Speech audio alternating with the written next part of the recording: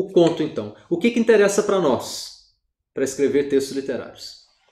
Os elementos principais do conto não devem ser colocados de lado, eles devem ser respeitados. São quais?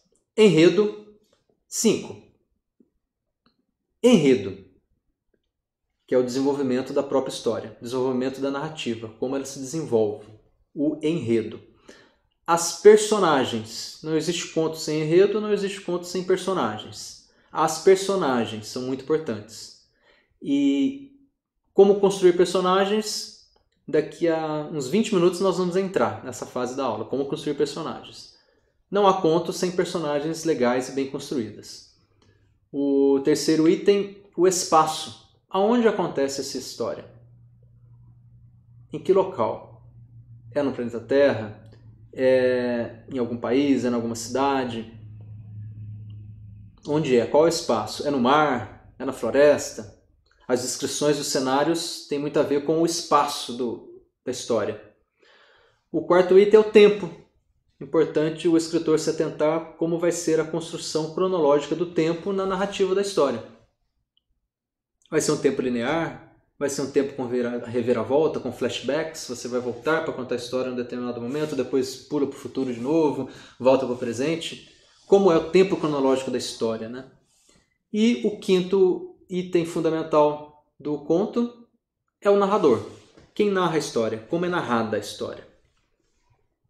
Primeira pessoa, segunda pessoa, terceira pessoa, narrador onisciente.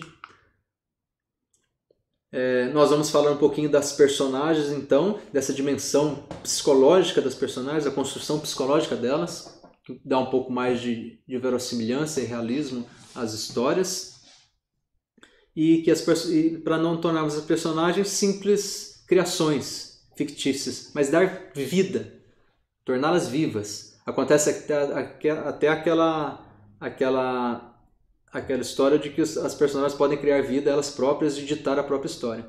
Aí você tem um planejamento para ela, ela diz, olha, não, agora eu vou ser assim, porque...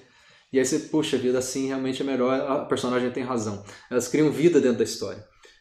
É bom a gente ter essas ferramentas de dar mais consistência psicológica, moral, valores de ética às personagens, para que dê consistência aos contos, né?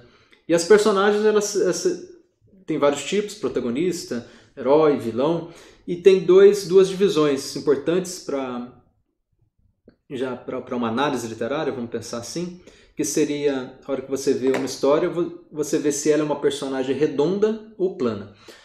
Plana é aquela personagem rasa, que não tem desenvolvimentos maiores na história. Ela não cresce, ela não desenvolve. A personagem redonda é uma personagem que se transforma. Ela tem uma transformação na história e ela é importante, por isso ela é muito importante. As personagens redondas, se você tirar a personagem redonda, você altera o sentido da história. Se você tirar uma personagem plana, não, a história continua igual.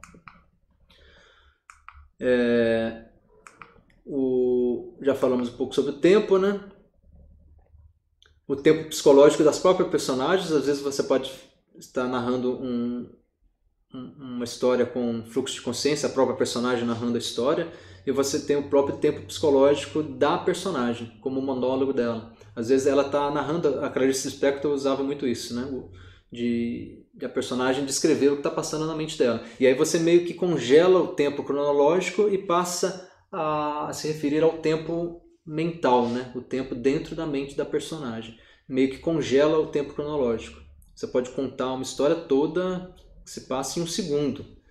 Um estado de pensamento que teve na mente da pessoa, e ela vai narrar todo o que está dentro da mente dela, sem se passar nada no tempo cronológico. Então essas ideias de tempo cronológico, de tempo mental, são conceitos importantes que o escritor pode ter para auxiliar na criação das histórias.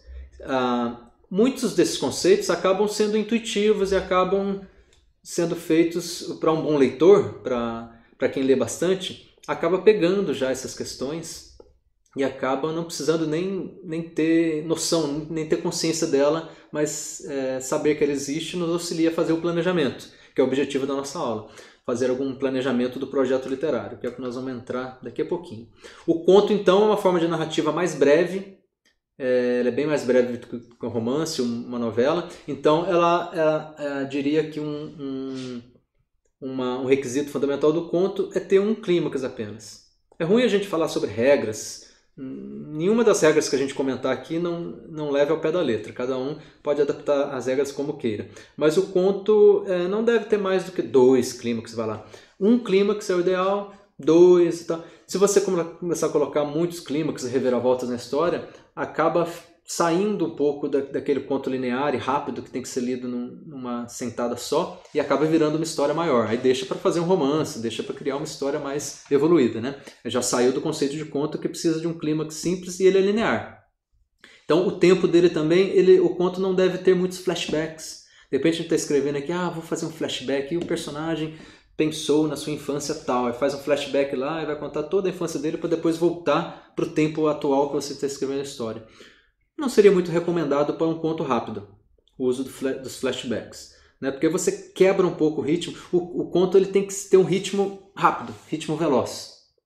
A pessoa lê ali numa sentada só, vê o conflito, vê o desenvolvimento, o clímax, segue um ritmo, segue um tempo cronológico ali, sem muitas digressões e chega à conclusão. É um conto fechado, uma estrutura cíclica, linear, né? Linear, mistura linear, que segue um clímax apenas. São regras apenas para nós se balizarmos, tá? Mas podemos mudá-la também, como a gente quer também, tá? Então, essa estrutura fechada dele diferencia do romance,